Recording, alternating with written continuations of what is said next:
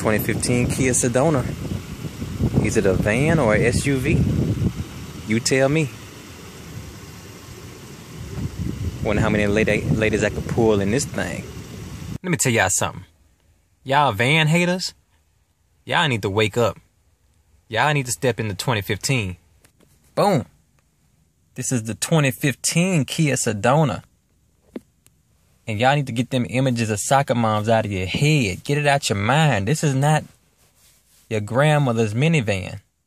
This is not your minivan. This is the millennial generation's minivan. The Generation X minivan. What are we on? Y, X, Z? I don't know. This is the minivan for anybody who just needs a minivan but don't want to feel like a loser, so to speak, quote unquote. Because I never felt like a loser. I drive whatever I can drive, you know. But some people just have a prejudice against these vans. But take a look at this van and see what they've done. First of all, look at the tech. Phone, Bluetooth, cruise, everything. Laid around this nice steering wheel here. The plastic is a little hard. I'm assuming that's a plastic or something. You know. Instrument cluster, not too fancy. Soft material though. Soft panel all around. Boop, boop, boop. You know, I always give it the pinch test. Because the soft material, it just seems like they put a little extra care when they add this. This is all plastic, of course. Kia, let's get it out the way. It's not a luxury brand. So they're going to use some plastics. And a lot of times they use very cheap plastics. So you can definitely tell the difference between the soft area and the plastic area. But they want to be affordable. You know, they're not luxury. You got a big wide climate control area and a nice sound system laid out with a little chrome accent. Well, not really even chrome, it's just like a silver plastic. Nice little compartment for some snacks. That's what your door looks like. Nothing too fancy, but it's got a nice soft material on the armrest, and in here, this is plastic. You got that matte finish silver on the door handle. Automatic lights, mirrors, and this is a neat feature I noticed. If I crank it up, I was like, what does this auto thing do? But you hit that, and your mirrors fold in and out automatically. So if you're going through the car wash, you don't have to worry about them getting damaged. Because in my car, I went through an automatic car wash, and the thing was so powerful, it scratched my side mirrors. That was irritating.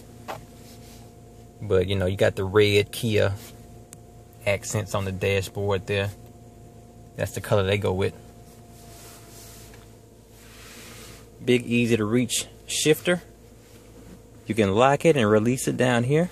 Of course, you got USB and auxiliary connections, and UVO powered by Microsoft. Now this is my first time seeing this. I've never heard of UVO.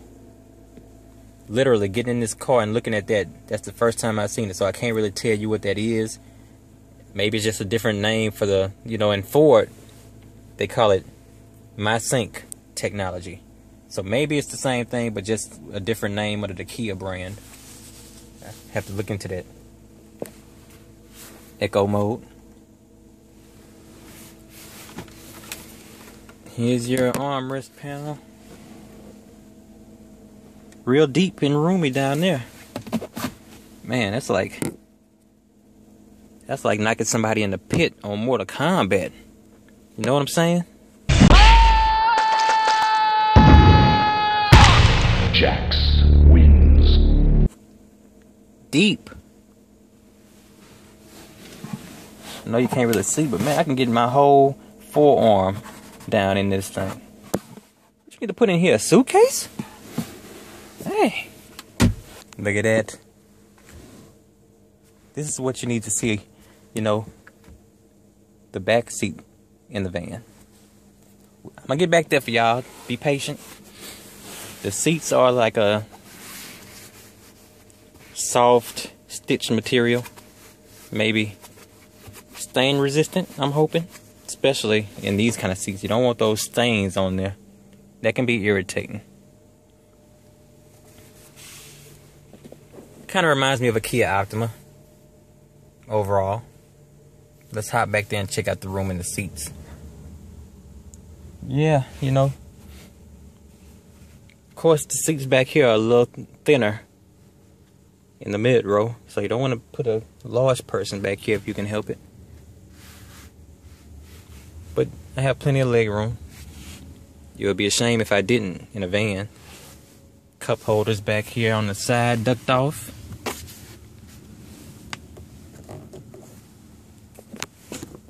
Everything in this van just, you know, see, that feels rubbery. You got climate controls up there. Vents. So it's nice and spacious. It's just I'm getting the feeling that, you know, like back here for some reason it goes back to plastic. You can tell that it's made to be economic, you know. The more I sit in it, I just feel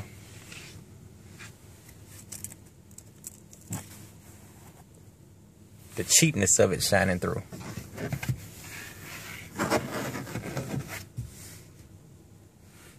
I don't know, you know. But it's roomy. Let's get in this back row, in the very back. Ooh.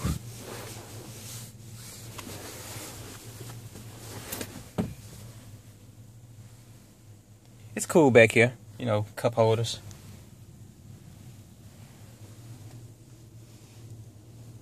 Not a lot of room in that back compartment for luggage though.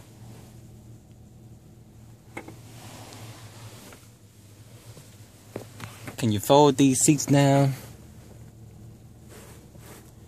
See, it's not wide, but it's deep down there once again, like the armrest. And I'm not positive, but I would guess that you could fold the seats down here.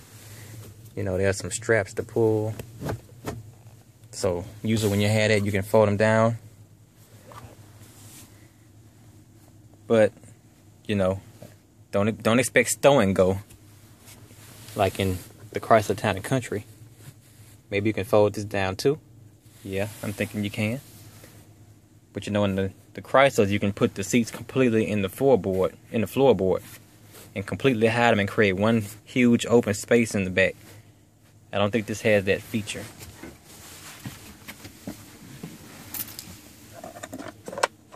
And that's just a little compartment. I'm guessing in a bigger trim, this would be, you know, probably some more controls for the back people. This is a base model. Nice little snappers to keep your cups in place so you don't spill anything. Nice touch. So yeah, that's the back area.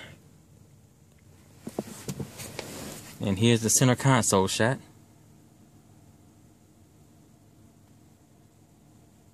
Not bad looking.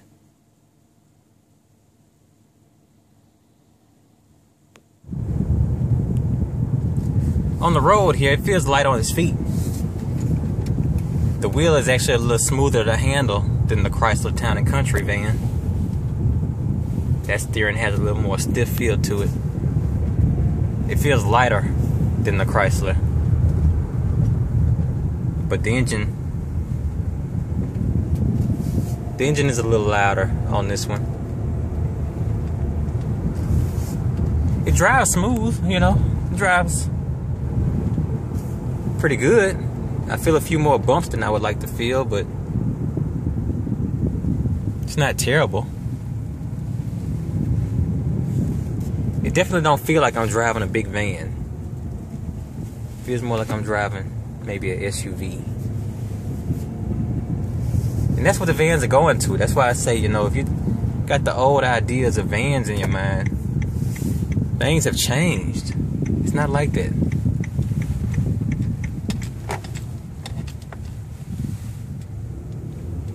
Not like it used to be. Big windows, visibility is good. You don't really have to worry about blind spots. But Let me give y'all my final breakdown of it. I really like the look of it from the outside. It looks real sleek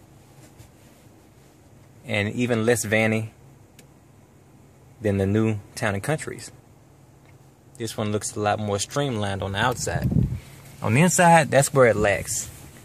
You know, I mentioned the Town and Country so much because that seems to be probably the top van out right now as far as what's inside, the features, you know, leather seats, stow and go, automatic doors.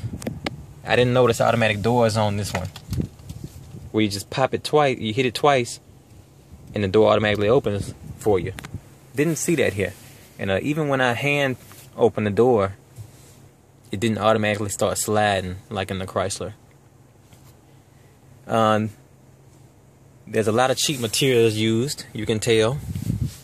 So it has a more hollow feel to it. So it's, you know, I like the look of it. It drives good. It's just a little rougher around the edges. So this is the van for somebody who needs a van, but might not have the money to spend on a Town and Country. This is a good secondary option. It drives good. Just a little less attractive as far as features and materials. So,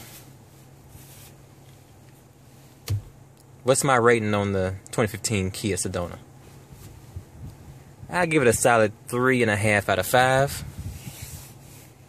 I think it's a good choice for a van, but if you can, you might be able to do a little better with a different model. So, I'm going to sign out on this one. Quick little review. Not my best, if I have any best, because the allergies are kicking in and I'm not feeling 100% right now. The last few reviews I shot, you can probably tell I didn't have a lot of energy in them. But y'all don't need to hear my personal problems. I'll catch y'all on the next one. Average Car View guys signing out.